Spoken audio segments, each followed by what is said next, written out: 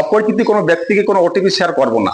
এ ব্যাপারে আমরা প্রায় সবাই সচেতন আছি, কিন্তু তারপরে দেখতে পাচ্ছি প্রায় এরকম অভিযোগ আসছে যে স্যার আমি তো কাউকে কোনো ওটিপি শেয়ার করিনি, তারপরে দেখুন আমার মোবাইলে এত টাকার ডেবিট এসএমএস এসছে।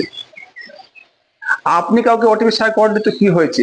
আপনার মোবাইলে এমন কিছু অ্যাপ্লিকেশন লুকিয়ে আছে যেগুলো আপনার ওটিপি রিড করছে এবং থার্ড পার্টি কাউকে শেয়ার করছে।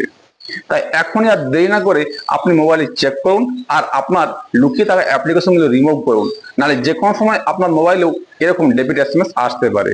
এটার জন্য আপনাকে মোবাইলের সেটিংসে গিয়ে সার্চ করতে হবে সিকিউরিটি অ্যান্ড প্রাইভেসি। তারপরে প্রাইভেসি ড্যাশবোর্ডে গিয়ে আপনি সি আদার্স পারমিশন ওপেন করুন। এখানে দেখতে পাবেন আপনি কাকে কাকে আপনার এসএমএস রিড করার জন্য পারমিশন দিয়েছেন। এখানে যদি কোনো থার্ড পার্টি অ্যাপ্লিকেশন লুকিয়ে থাকে আপনি সঙ্গে সঙ্গে তাকে রিমুভ করে দিন। আপনার মোবাইলের এসএমএস বা ওটিপির প্রাইভেসি নিজের হাতে রাখুন এবং নিজেকে সেভ রাখুন। ভিডিওটা আপনার কেমন লাগলো অবশ্যই কমেন্ট করে জানাবেন।